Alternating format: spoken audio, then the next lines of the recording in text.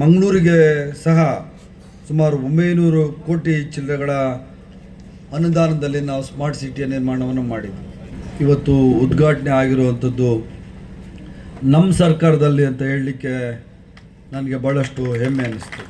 ಭಾರತ ದೇಶ ಅಂದರೆ ಹಿಂದೂ, ಮುಸ್ಲಿಂ, ಕ್ರಿಶ್ಚಿಯನ್ರು ನಾವೆಲ್ಲ ಅಣ್ಣ ತಮ್ಮಂದ್ರ ಥರ ಇರುವಂತಹ ಒಂದು ದೇಶ.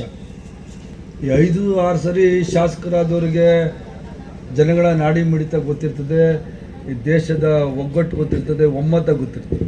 ಅಂದರೆ ಈ 1 ಸರಿ 2 ಸರಿ ಶಾಸಕರಾಗ್ಬಿಟ್ರೆ ಅವ್ರನ್ನೇ ಹಿಡಿಯೋಕ್ಕಾಗಲ್ಲ ನಮಗೆ. ಆದ್ದರಿಂದ ಅಂಥವರಿಗೆ ಕಿವಿ ಹಿಂಡುವಂಥ ಕೆಲಸವನ್ನು ನಮ್ಮ ಸಭಾಧ್ಯಕ್ಷರು ವಿಧಾನಸಭೆಯಲ್ಲಿ ಚೆನ್ನಾಗಿ ಮಾಡ್ತಾರೆ.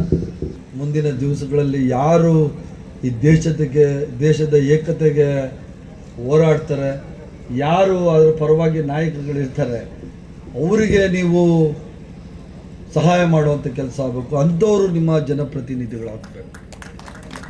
ಸ್ಮಾರ್ಟ್ ಸಿಟಿ ವತಿಯಿಂದ 2018ರಲ್ಲಿ ಅಂದಿನ ನಗರಾಭಿವೃದ್ಧಿ ಸಚಿವರು ಆಗಿದ್ದಂತಹ ಖಾದರ್ ರವರ ಈ ಒಂದು ಯೋಜನೆ ಇವತ್ತು ನಾನು ನಗರಾಭಿವೃದ್ಧಿ ಸಚಿವನಾಗಿ ಆದಮೇಲೆ ಲೋಕಾರ್ಪಣೆ ಆಗ್ತಾ ಇರೋದು ಭಾಳ ಸಂತೋಷವಾದ ವಿಚಾರ.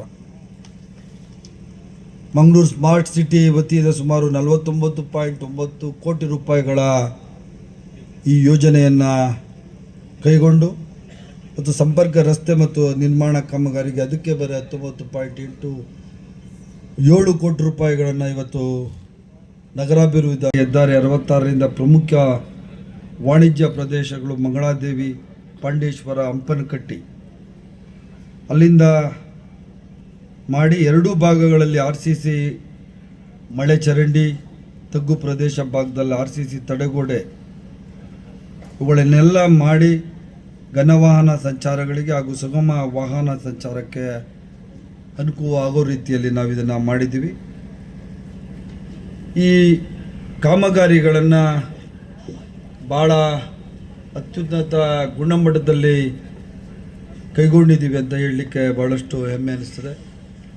ಕರ್ನಾಟಕ ರಾಜ್ಯದಲ್ಲಿ ಸುಮಾರು 7 ಮಹಾನಗರ ಪಾಲಿಕೆಗಳಲ್ಲಿ 7,000 ಕೋಟಿ ರೂಪಾಯಿಗಳ ವೆಚ್ಚದಲ್ಲಿ ಕರ್ನಾಟಕ ರಾಜ್ಯಾದ್ಯಂತ ನಾವು ಸ್ಮಾರ್ಟ್ ಸಿಟಿಗಳ ನಿರ್ಮಾಣವನ್ನು ಮಾಡಿದ್ರಿ. ಅದೇ ಥರ ಮಂಗಳೂರಿಗೆ ಸಹ ಸುಮಾರು 900 ಕೋಟಿ ಚಿಲ್ಲರೆಗಳ ಅನುದಾನದಲ್ಲಿ ನಾವು ಸ್ಮಾರ್ಟ್ ಸಿಟಿಯ ನಿರ್ಮಾಣವನ್ನು ಮಾಡಿದ್ವಿ.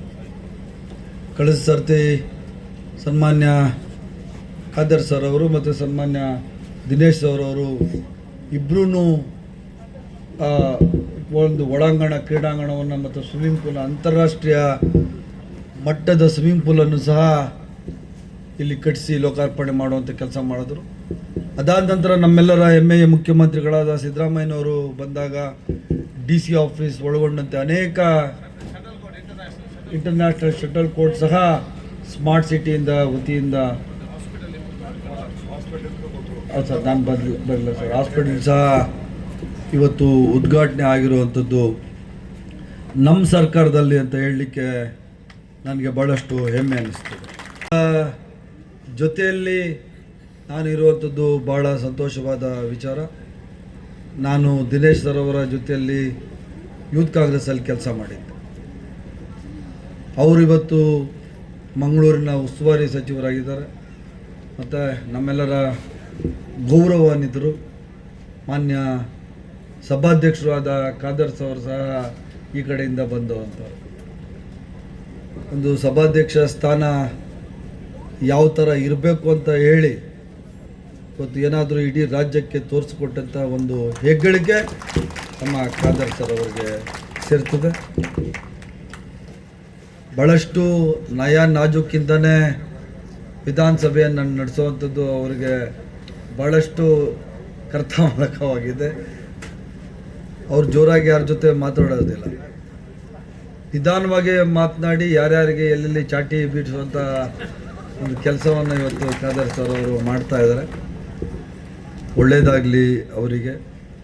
ಮತ್ತು ಕರಾವಳಿಯ ಜನ ನೀವೆಲ್ಲ ಭಾಳ ಮೃದು ಸ್ವಭಾವದವರು, ಭಾಳ ನೇರವಾಗಿ ಮಾತನಾಡುವಂಥ ರೆಪ್ರೆಸೆಂಟೇಟಿವ್ಸ್ ಇಲ್ಲ.